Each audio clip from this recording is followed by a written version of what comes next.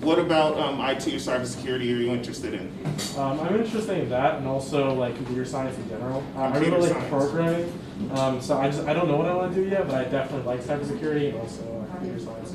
All right, so let me expand that. What about computer science, programming, anything like that? Raise your hand. Okay, okay, all right. Someone who did not raise their hand, what do you want to be? Oh, software developer engineer. Oh, okay, that's all in the same area. All in the same area. If your desired career field is on a computer, raise your hand. Oh, okay. All right. Okay, I'm not going to actually raise your hand anymore. Today we're going to talk about a few things, and I hope you will be active in the conversation.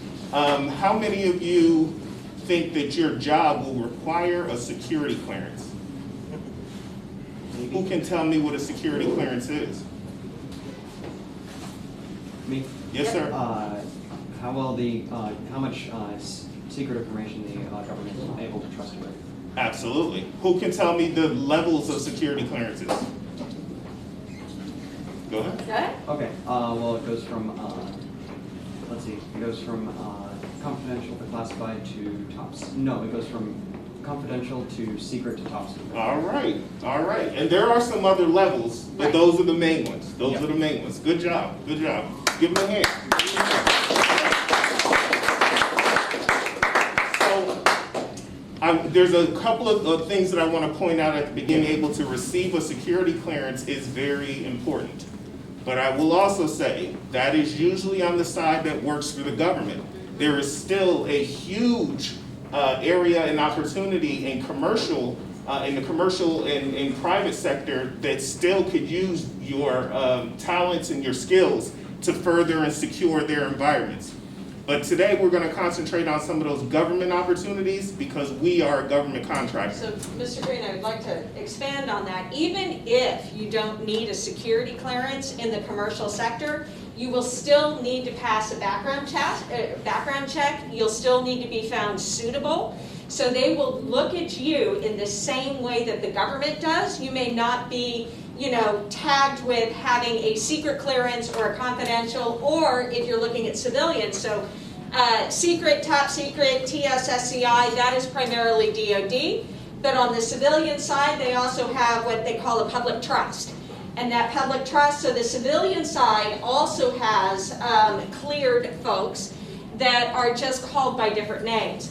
Regardless, if you are looking for, because IT is such a highly trusted job skill, being able to pass a background check and being able to ensure that you are worthy of the trust that the company is providing to you is going to still be applicable and critically important. Man, speaking with a mask on is hard, not easy. It's hard. My word, I'm going to try one of the looser masks that was on your face. Now, some things that you want to be careful of, especially at your age.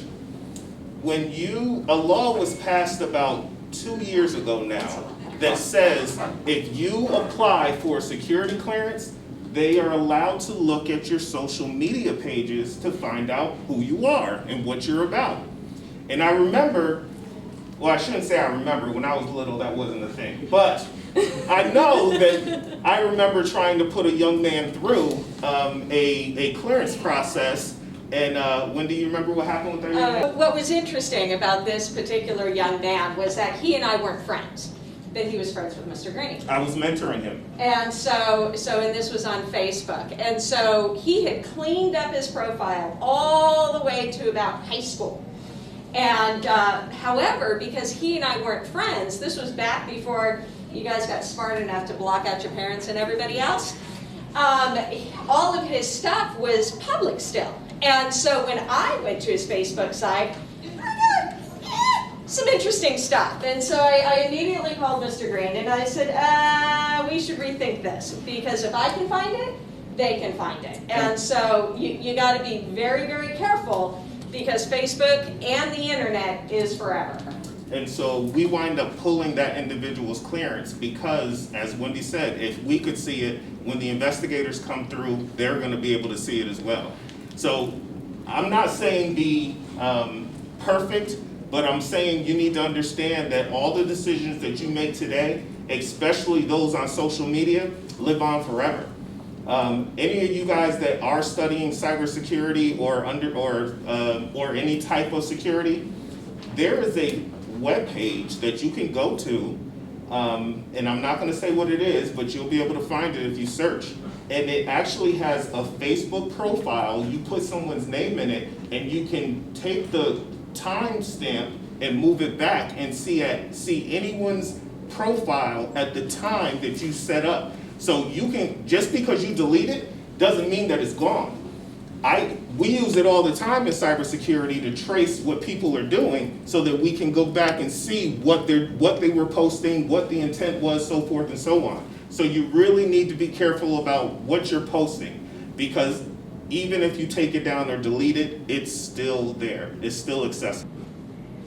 A couple other things that you guys need to keep in mind is that, especially, and this is a conversation that I have with my own children, I've got 3 teenage children, and one of them does have a security clearance now, is that just because, and we fight about this all the time, just because pot is legal in Virginia, it's still a federal crime.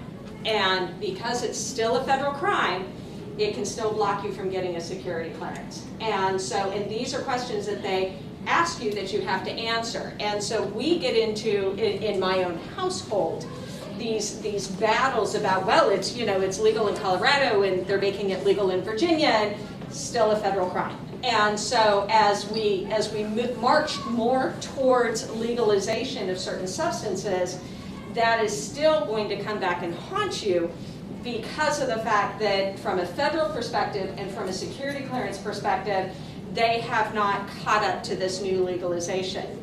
In addition to that, we're talking about drugs, we're talking about, you know, stupid stuff we post on social media. But another area that you really got to think about that is going to impact you are your finances. Finances are the #1 thing that block people from getting security clearances.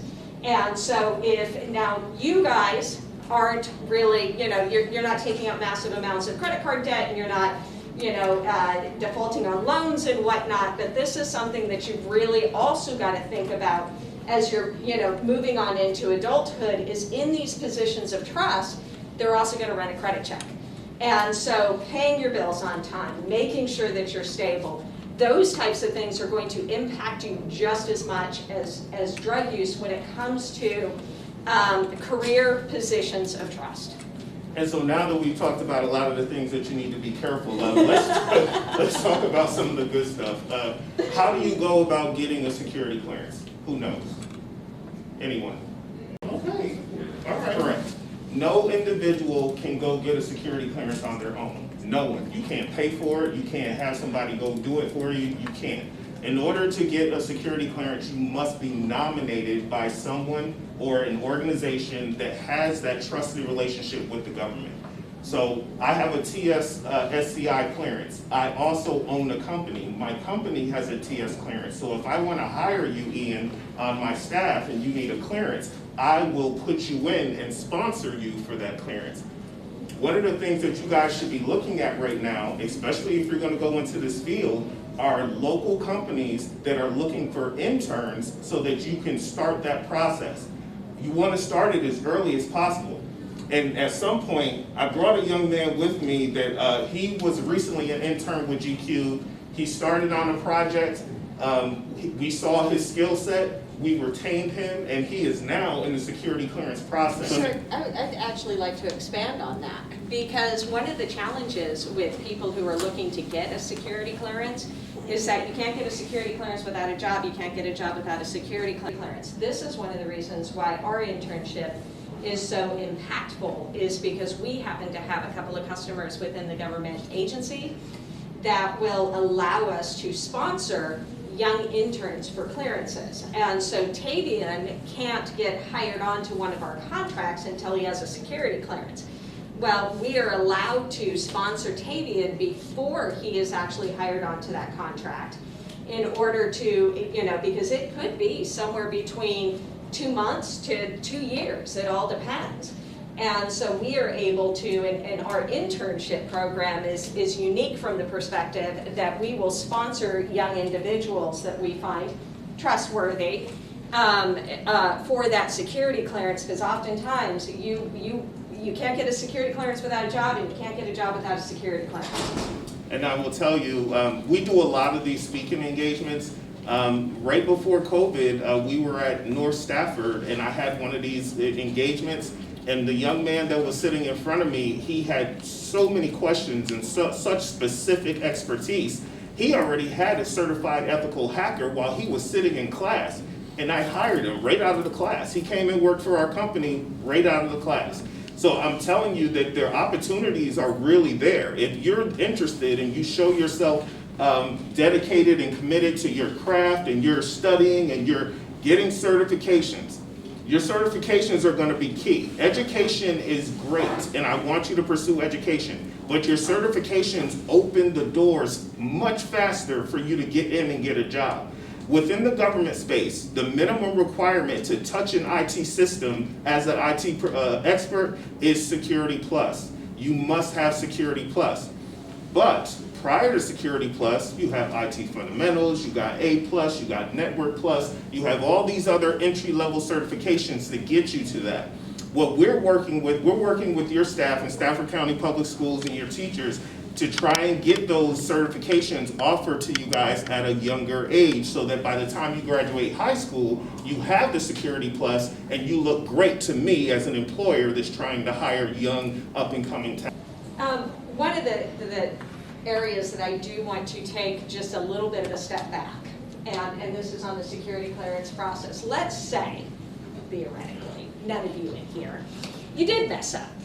You did pay a bill late. You did, we're not going to talk about the other things because I don't want to encourage it. When you're going through the security clearance process, don't lie. Whatever you do, don't lie. It is better to admit, hey, I messed up here. This is how I fixed it. This is how I'm not going to do it in the future. If you lie, then that is going to stop your process altogether. Because you have to put down all of your residences for the last 10 years, and the people that live next to you, and the people that worked with you. Your classmates, your family members, they do a complete and thorough examination on you. And to expound on her point, the reason why you should not lie is because what happens is, let's say you get through the process and you get a clearance, but now you are approached by an actor that is not friendly with our government, and I know your secret. Now I can blackmail you to get me what I want. It is imperative that you don't give anyone leverage on you, because one of the issues is that people gain access, they have access to all this information, and then from that point, if you have secrets, I can use them to get that information from you. And it's amazing how they do it, you know, all of those, you've seen all of the Facebook phishing schemes, you know, what was your last street that you lived on, and, you know, all of those fun questions. Please don't ever answer those. Those are such a security threat, it's not even funny. It's the same things that make up all of your security questions. And passwords. And passwords. Yeah. And so they will act like, and they will pretend to be like, your friends. It's the same thing. We're, you know, sitting next to you in the airport. It's amazing what it's like from the perspective and ensuring the protection and the defense of the nation. A lot of times people don't understand that it's not just about the computer system. Do you know who can tell me? Okay, here's a question. First hacker. Who was the first hacker? And it's weird that we use the term hacker, but his name was Kevin Mitnick. He was what we called a social engineer. And what he did was he would call up companies and just get the receptionist and just, hey, I'm from such and such, and we're looking at upgrading this and this. What operating system are you running? And the person on the other end, they're asking a business question. Let me give them what they're asking for. And so what happens is, social engineering allows me to talk to you and through conversation pull out all the details that I need from you so that I can then go after you and attack your network. It's not just the technical stuff, it's information. And that's why there's a whole field around information security. And so there's a lot of things that you have to be careful of. And to Wendy's point, when you get those friend requests that says, if you're really my friend, tell me my best color, what street did I grow up on, and what's my birthday? All they are is somebody trying to pull all your information so they can guess your passwords. It gets them closer to you and your information. Stealing your Facebook profile. Has anyone had their Facebook profile stolen? Oh, I'm sorry, you guys don't use Facebook. That's the wrong generation. Instagram or Twitter or any of those? TikTok. You ever had your profile taken? I'm telling you. We have one back here.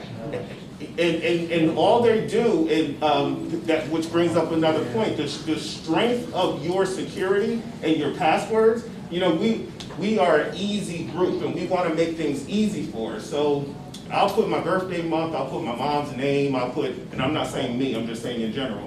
People use these easy things that it's easy to guess and it's easy to get into. Oh, it's my dog's name or whatever. And then you wonder why you got hacked or you got broken into. You have to take these things very serious. And I'll tell you, one of the tools that I use is called a passphrase. I'll think of something and I'll have a compound word.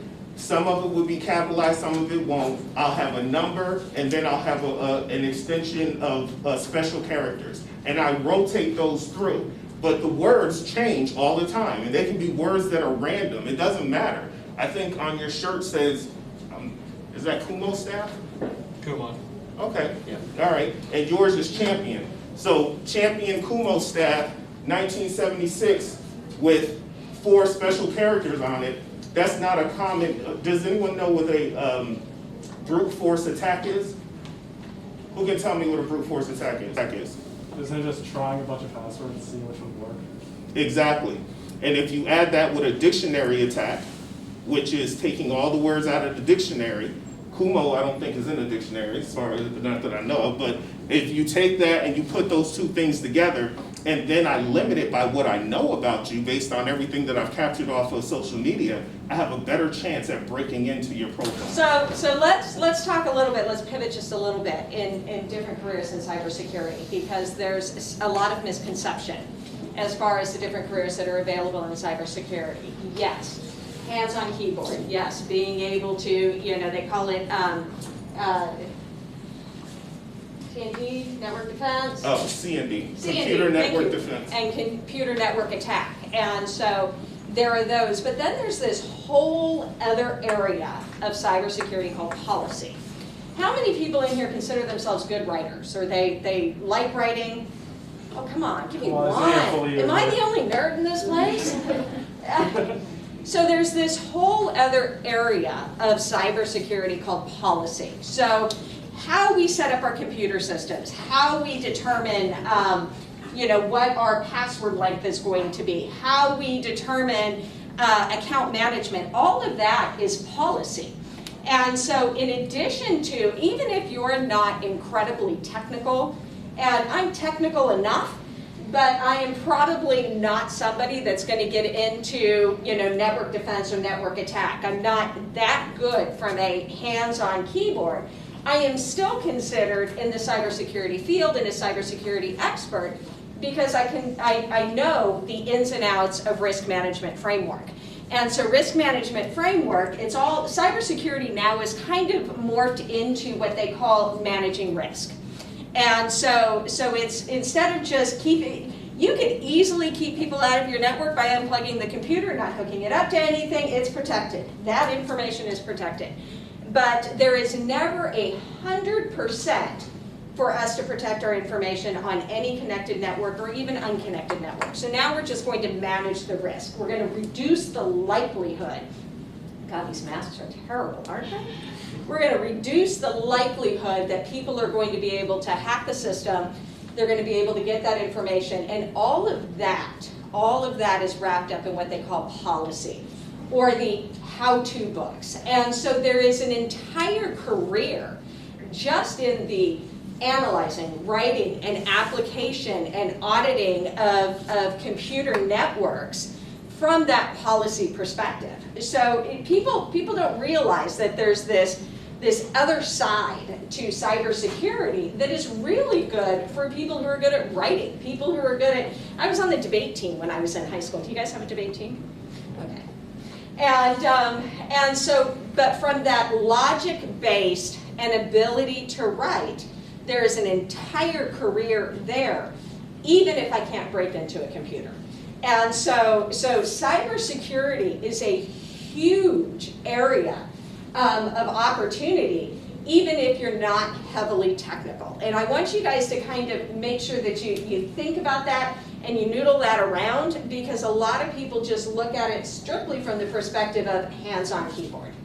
And so, while Wendy she's an expert, she leads one of my teams on risk management framework and just got one of their environments accredited at the, was it secret level or? Secret. At the secret level. SNET. And so that process is critically important. And she talked about NIST. There's a lot of frameworks out there, but NIST is considered one of the guiding principles of cybersecurity. I will tell you that hands-on, because you heard her say that there's this whole other side of cybersecurity, but what I will also tell you is that you don't become a cybersecurity expert by studying one field. I heard someone say that they wanted to do coding, software coding. And so there's this whole new concept of DevSecOps, development, security, and operations. And it's kind of new, because what used to happen is, hey, I have an idea for the security, for this software. I'm gonna build this software. I build the software, functionally, it does exactly what I want it to do. But what I didn't do was build in security so that people couldn't use it against me. So after I build it, I kick it over to the security guys, and the security guys try to patch up all the holes to make sure that it's safe. And then after both of us do that, we kick it over to the operation guys and say, here's your product, use it. And then the operation guys say, this doesn't work. It doesn't meet our requirement. This is not what we needed. But the developer and the security guy, they all did their job. But now with DevSecOps, all three parties are in the development phase. So now you sit down with your customer, your security guys, and as you're writing the code, you are taking their considerations and their requirements into it. So by the time that product is done, it meets all the specifications of security, it meets the specifications of functionality, and the software is done well. But the reason why I said that is simply because if you're going to write code, then you can look at code in order to see when there are vulnerabilities in the code. I spent time writing code. Then I left and I went to network operations. And within network operations, I learned about packet sniffing, and I learned about headers and a bunch of other things within a data packet, so that I could see the protocol. I can see the port numbers. I can see all these things. And if you take all that information, package it with the security stuff, now I have network and software development. I can actually write a code that takes advantage of the delivery of a packet that then does something that I wanted to do. Now, I see in the, does They know anyone? this. We've been doing scans, doing network and stuff. Okay, so you're familiar with the wire sharks, and you're familiar with packet snippers. Are you familiar with Cain and Abel or Metasploit? Metasploit is a good one. We'll get there. We got a lab coming. Okay, It's coming. all right. So, and when you talk about vectors, attack vectors, and you're saying, let me analyze this person's computer and see what their vulnerabilities are. This is why patching is so important when you're working on computers. But if I run the attack vector on a 2012 server, it's going to tell me the ports that are open. It's going to tell me all the things that I need to know in order to write a code to exploit that system. Metasploit takes all that into consideration. Metasploit will even tell you the attack vector and deliver it for you. So these are very powerful tools. I'm gonna touch on this thing. Why do the bad guys win in cybersecurity? This is one, I'm telling you, I believe this. I totally, I am trying to address this at the highest levels. Why do the bad guys win? The bad guys win because they're allowed to do bad things. Good guys, you're not supposed to do it. You can't do it. You can't write that virus. It's illegal and it's wrong and you can't do it. So the bad guy is always gonna know more than you because he's always allowed to do those bad things. And he takes advantage of those bad things and he gains knowledge from doing the bad things.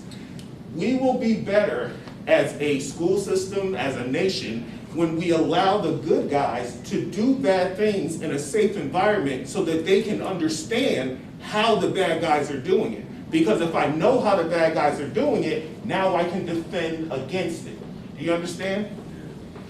These are the importance of sandboxes. When you go into sandboxes and you start writing and doing codes and doing all this stuff, you're not doing it to hurt somebody, you're doing it to hone your skills. And you're doing it so that you can understand how to stop the bad guy.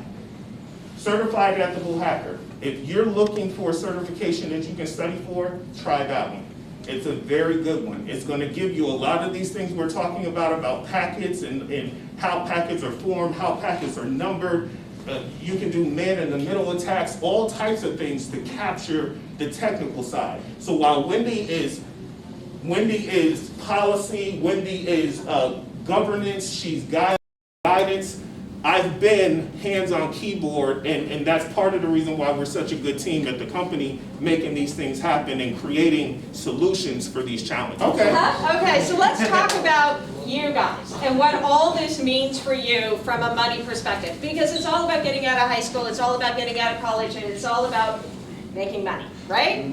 Okay, so here's the motivation for you to keep your nose clean, keep your social media clean, keep your finances clean. If you graduate from high school with a Security Plus and we sponsor you for a secret security clearance, you can get an entry level job making $40,000 to $45,000 a year, just with those three things. And so it really, IT is an incredible field.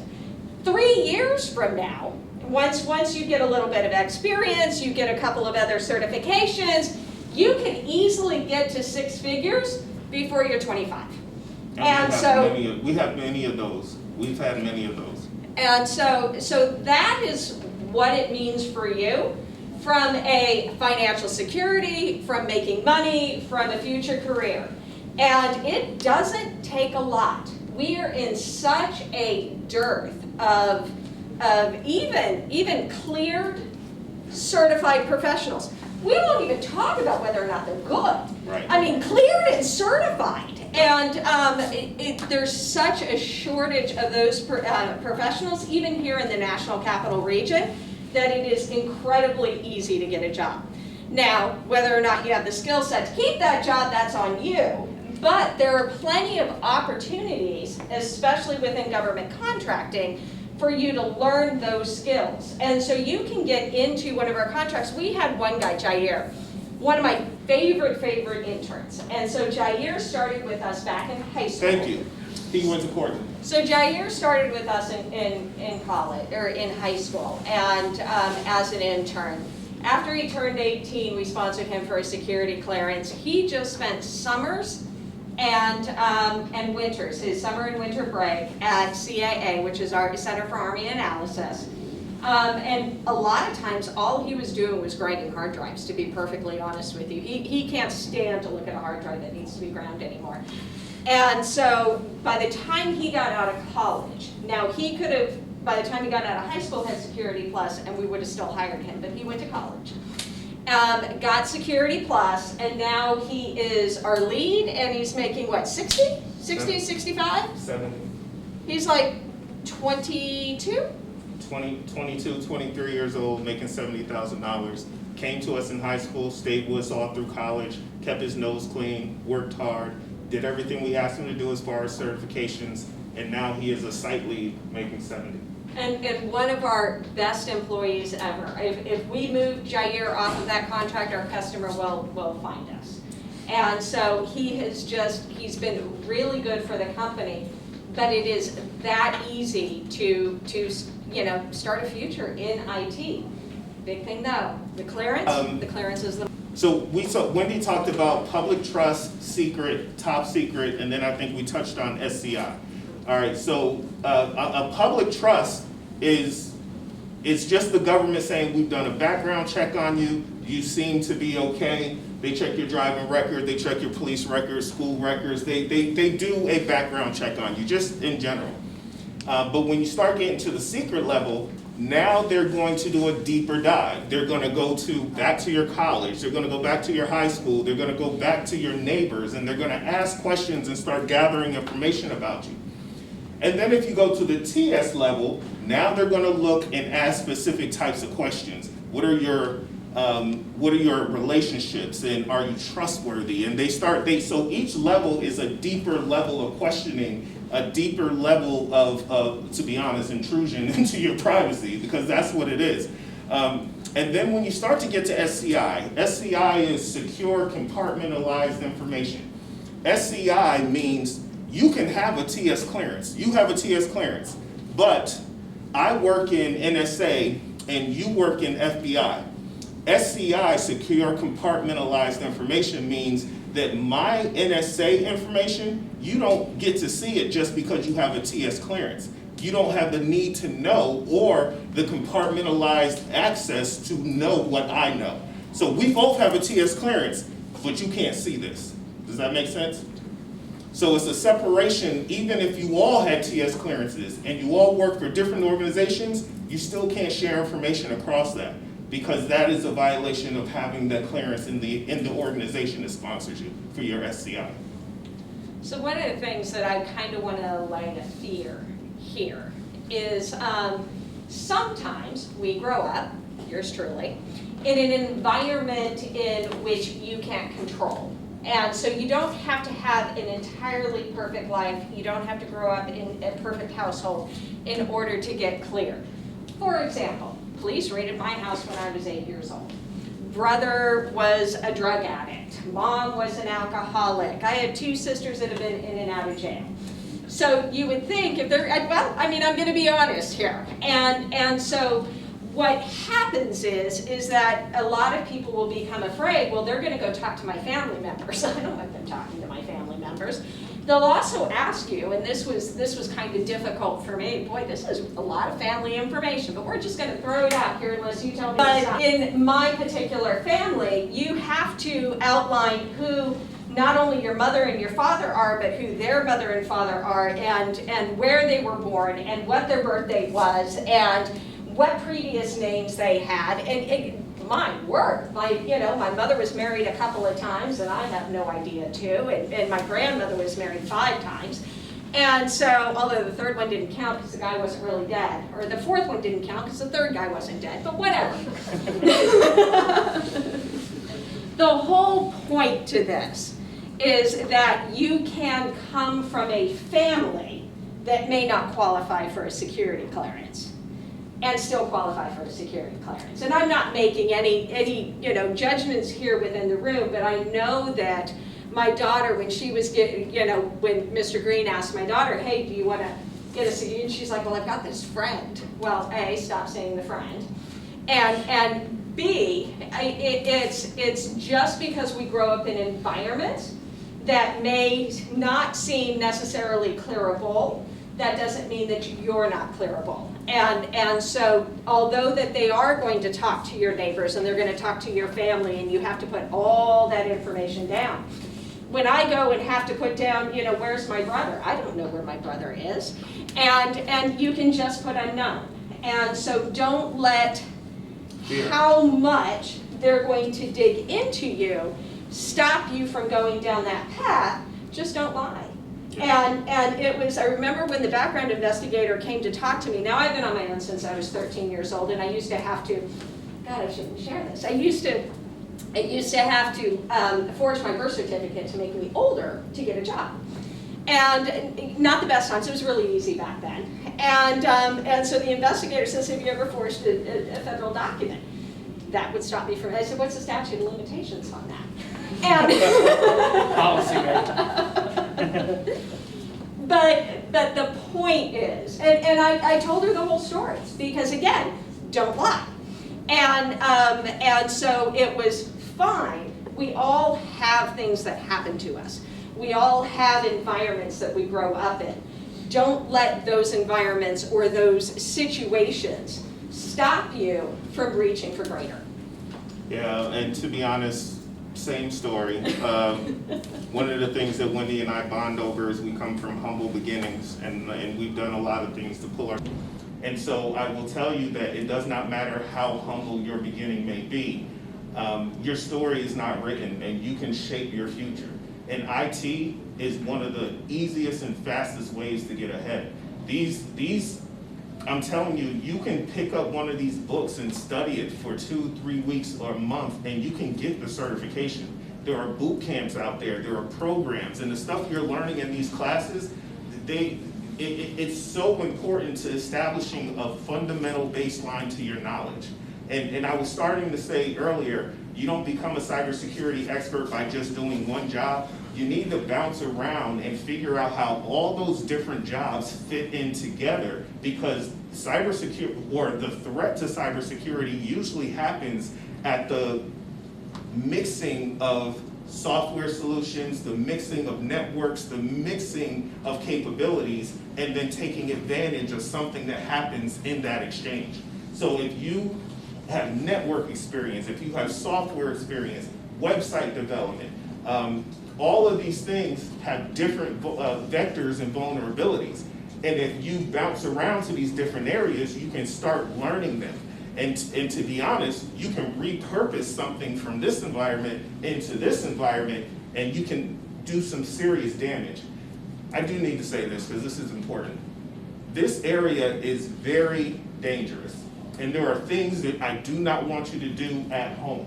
Do them in the safety of a teacher, in a safe environment. Don't get yourself in trouble, because I'm telling you, you can do something and have the FBI knock on your door.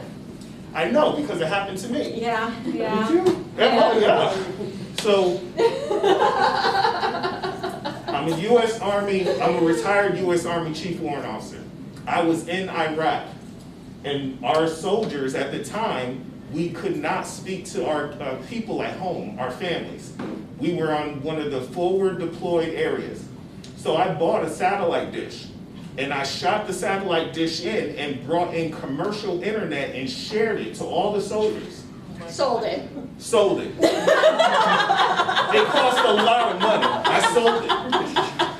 But we're in Iraq. You can't just walk up to me and hand me the payment. So you had to send it to me through PayPal, or you had to send it to me through something.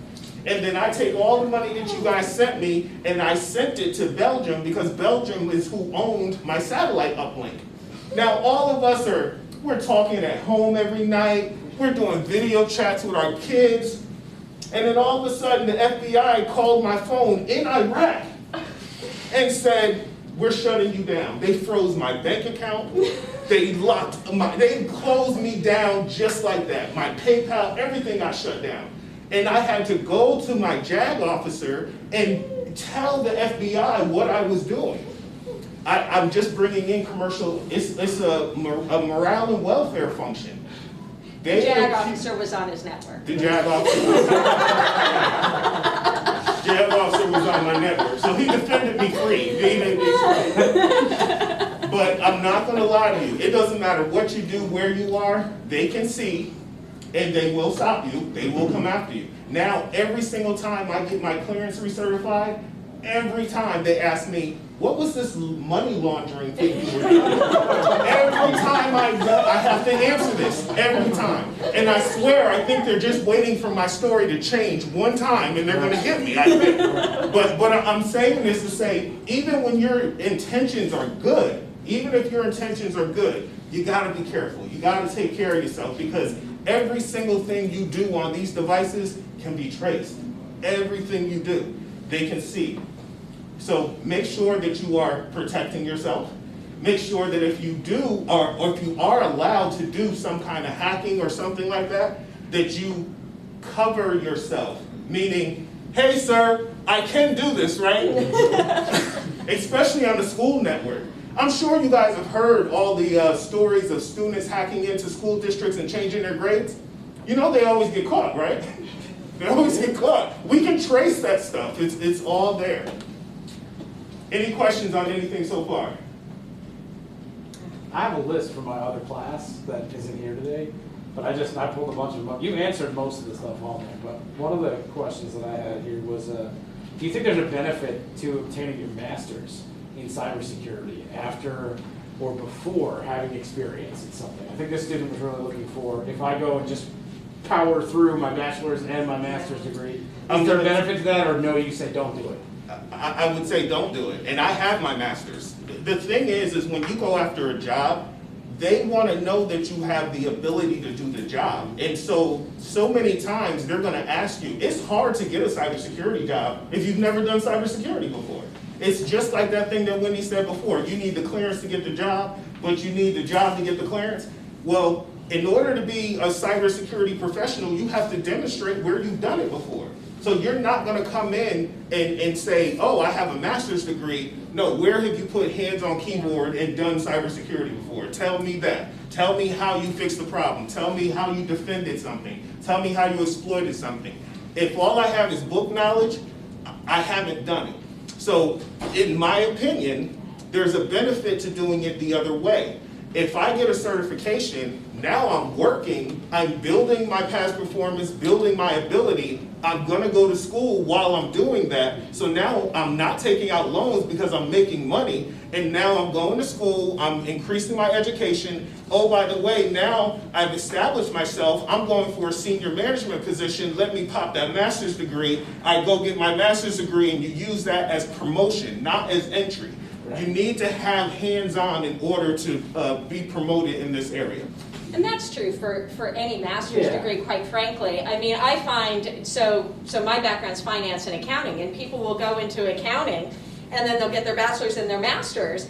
But if you haven't learned anything, that master's degree is supposed to be additional education. But if you don't have any experience, how do you get that additional education? I've seen people with masters in accounting that still don't know basic accounting principles. And so it's no matter what field you're in, before you go for that secondary degree, it's really important to get some experience so you can apply it to that additional learning and really get something out of that additional education that you're paying for. Yeah, I will tell you that because I went and got my master's as an adult working in the field, there were things that I learned that I could apply at work, and there were things that I was doing at work that I could write about in my master's degree. And so that marrying up of the skills, it was very beneficial. The other question I had in here was, what is your take on the different organizations for certifications? So CompTIA, Cyber, all those different. Which ones do you think are? You'll get me in trouble with this question. Okay, first off, understand that every one of these certifying bodies are in it to make money, and that actually frustrates me. It used to be I got my Security Plus, and I had my Security Plus forever. They learned that they weren't making money that way. So now you get your Security Plus, you have to have continuing education points. And if you don't, you have to recertify every 3 years. That keeps them in business, keeps them making money. But there is a benefit to that, because now it makes us have to stay on our game to demonstrate proficiency, to be better at our job. Because if I'm doing the CPEs are based on education classes, teaching classes, going out and doing seminars. Those are set up so that you are continuing to improve, continuous learning. And so what I would also say is, don't let your certification expire, because then you have to go all the way back and take the basic test all over again. So if you look at Cisco versus CompTIA versus some of those, it is my opinion, once again, I'm not saying for everybody, it is my opinion that I like CompTIA because CompTIA is not proprietary to any one name brand. If I go Cisco, the things I learn in Cisco aren't going to apply to a Fortinet or Juniper or something like that. So if you go to CompTIA, where they're talking about networking as a whole, you can apply those concepts to any product or any area that you're on. So I usually lean towards the CompTIA certifications, but in some of our contracts, they require Cisco certifications, or they require a specific Oracle certification. So we do whatever our contracts tell us to do. And the real answer is, what is it you want to do? Yep. Do you think it's beneficial for them, where their current position is, to find one of those routes now? Do you think is there something you want to look at and go, okay, well, what's my plan? Should I look at, in the next year, I need Sec Plus, or the next year, should I get Net Plus and Sec Plus and be done with those? What do you think? What's your recommendation? So Security Plus is a basic level certification, even for a help desk technician. And if you are looking at, I just want to get in and I want to figure out what I want to do, get Security Plus, get a job, help desk, desktop, and then navigate through there. So our CAA contract, Center for Army Analysis, is very useful because we have database administrators on there, we have network administrators, we have system administrators, we have BTC technicians, and so there's a breadth and depth on that contract. So if you came in as a junior desktop person, Security Plus requires you, is what's required to get in the door. Sure. So it's like a high school diploma with most jobs. You know, you have to check that box. And then from there, you can kind of start learning about what interests you. And where do you want to go, and where is that next job? And to add on to that, what my specific recommendation is for school systems is simply that if you're going to have an IT track in high school, that IT Fundamentals becomes a freshman certification, and that A Plus becomes a sophomore certification, Network Plus becomes a junior certification, and at the end of your senior year, you have Security Plus. And that gives you a very thorough foundation and understanding, and it makes you instantly marketable when you graduate high school, instantly. And if you have those certifications, come see us. One of the other questions that they had in here was saying, how often do you find people come to you or would like to get into working with you or someone in general, but they don't have the certifications, and they're saying, hey, can you help me do that? That happens Is that every common? day. I get those every single day, and Well, I'm Tavian, yes. I will. Tavian, do you have anything to add? come on, Tavian. So I came in June, July of this year, fresh out of college, excuse me, and I didn't have any of my certifications. I wanted to, at first I wanted to get into the security and pen testing and stuff. I kind of wanted to switch and go towards like software development, like you said, but then he wanted me to get my IT fundamentals, but because I had a college degree, I kind of sort of Push you know back. what, yeah, I kind of said, I don't necessarily know if I need this, but then I eventually then got it.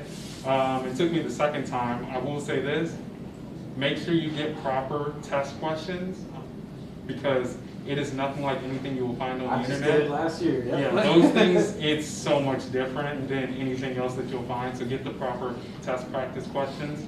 And then I got that, and now I'm working on getting my Security Plus.